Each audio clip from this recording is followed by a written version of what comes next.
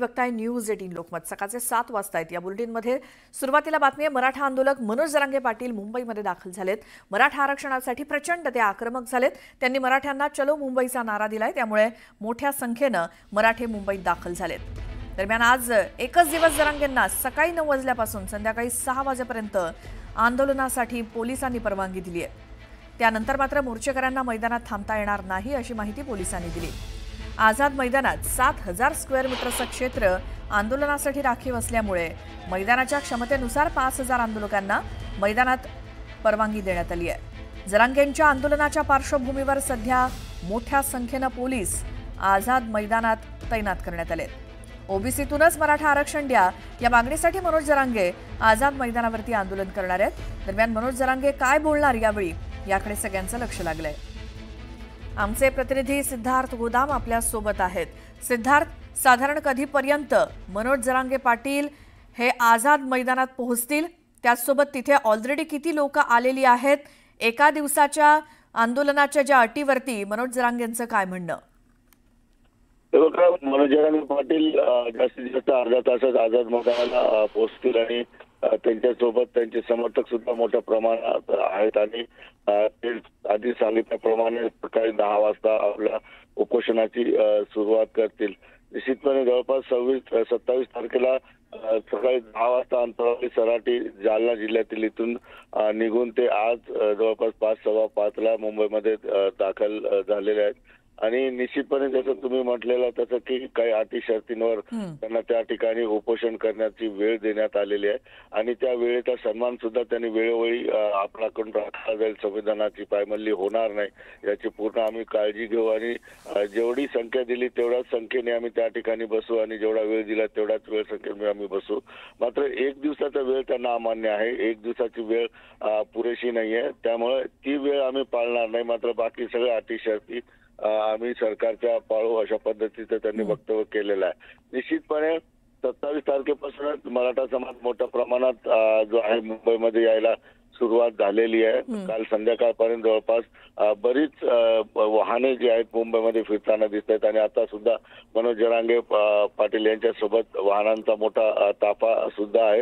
आता निश्चित त्या ठिकाणी 5000 लोक कशी मोजून घेतली जातील किंवा 5000 पेक्षा जास्त लोक आली तर त्या ठिकाणी कशा पद्धतीनं पोलीस प्रशासन असेल किंवा मनोज जरांगे पाटील हे हाताळतील हे पाहावं लागेल। कारण मनोज जरांगे पाटील यांनी हे सुद्धा सांगितलेलं आहे की किती बी मोठ्या प्रमाणात संख्या आली तर मी त्यांना समजून सांगतो, आझाद मैदान नाही तर बाजूच्या मैदानावर ते शांततेत बसतील, त्यांना त्या ठिकाणी मात्र अडचण करू नये अशी विनंती सुद्धा त्यांनी मुख्यमंत्र्यांना काल केलेली। बिलकुल सिद्धार्थ, थोडंसं थांबवते आपण आता थेट आझाद मैदान या ठिकाणी जाऊयात। आपले प्रतिनिधी कृष्णा आवटी तिथे आहेत। कृष्णा, आझाद मैदानावर सध्या किती आंदोलक आहेत मराठा समाजाचे आणि त्याचसोबत या आंदोलनाच्या पार्श्वभूमीवर मुंबईमध्ये काय बदल करण्यात आलेत वाहतुकीत?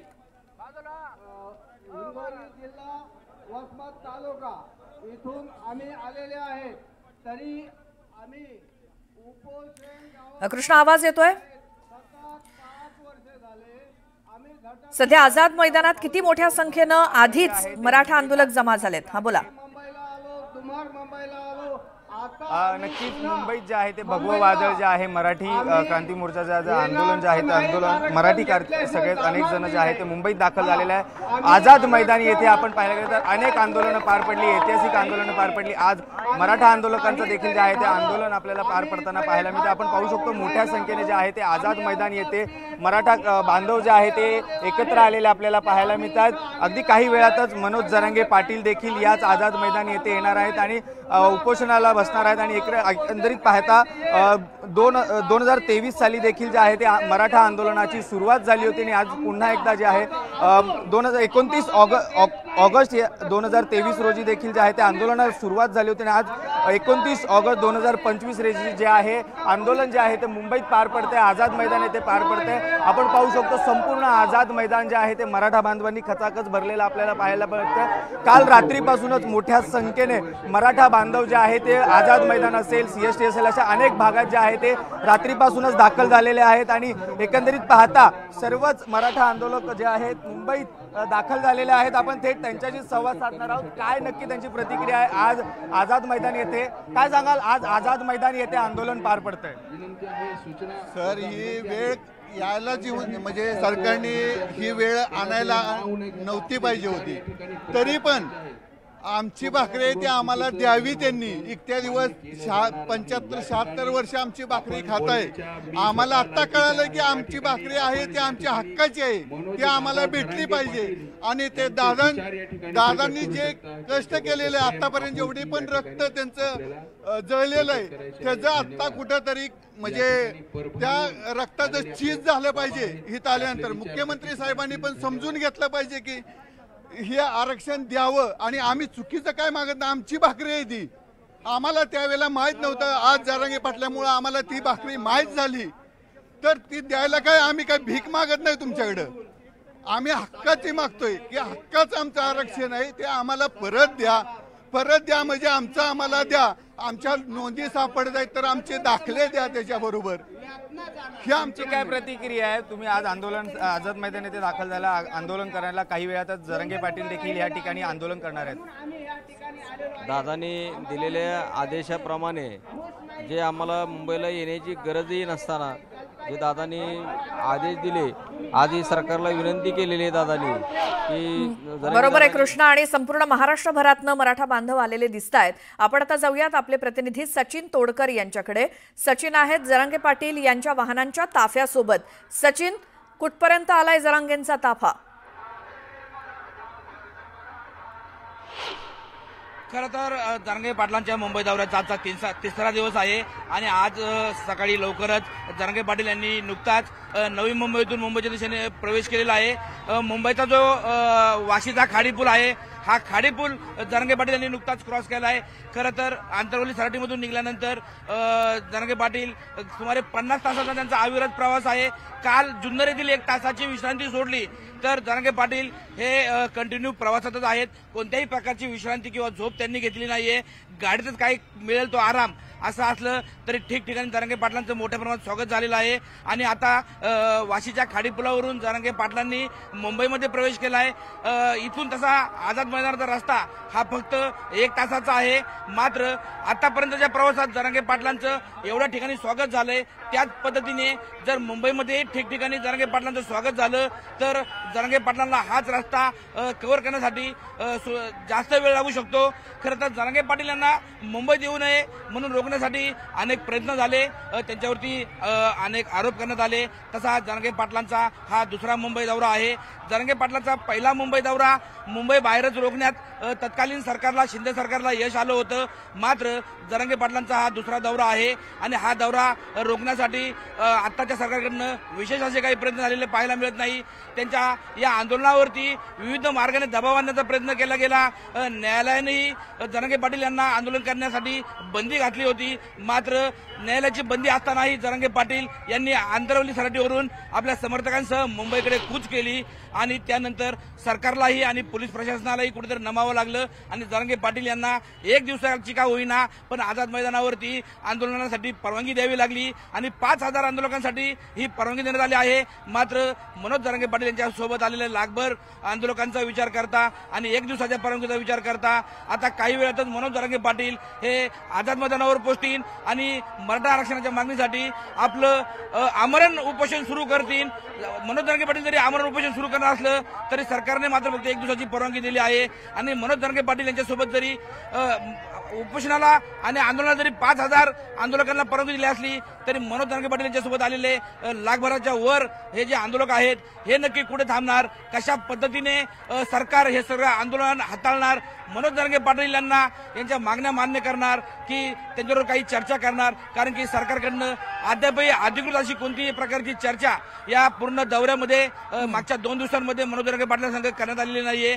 आझाद मैदानावरती सरकारच्या वतीने काही चर्चा होतीये का, सरकारचं शिष्टमंडळ जरांगे पाटलांना भेटतंय का, हे आंदोलन 1 दिवसामध्ये थांबवण्यात सरकारला यश येतंय की सरकार मनोज जरांगे पाटील यांना आंदोलनाचा कालावधी वाढून देणार हे पाहावं लागणार आहे. बिलकुल सचिन, आता आपण आपले प्रतिनिधी सुमित सावंत यांच्याकडे जाऊयात.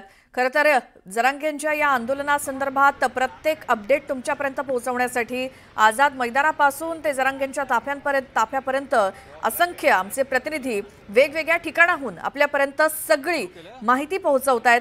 सुमितकडे आता जाऊयात. सुमित, तुम्ही नेमक्या कोणत्या ठिकाणी आहात आणि जरांगेंचा ताफा तिथे यायला आणखी किती वेळ लागेल, त्या दृष्टीनं पोलिसांनी वाहतूक मार्गामध्ये काय बदल केलेले आहेत, मुंबईकरांच्या दृष्टीनं काय माहिती द्याल?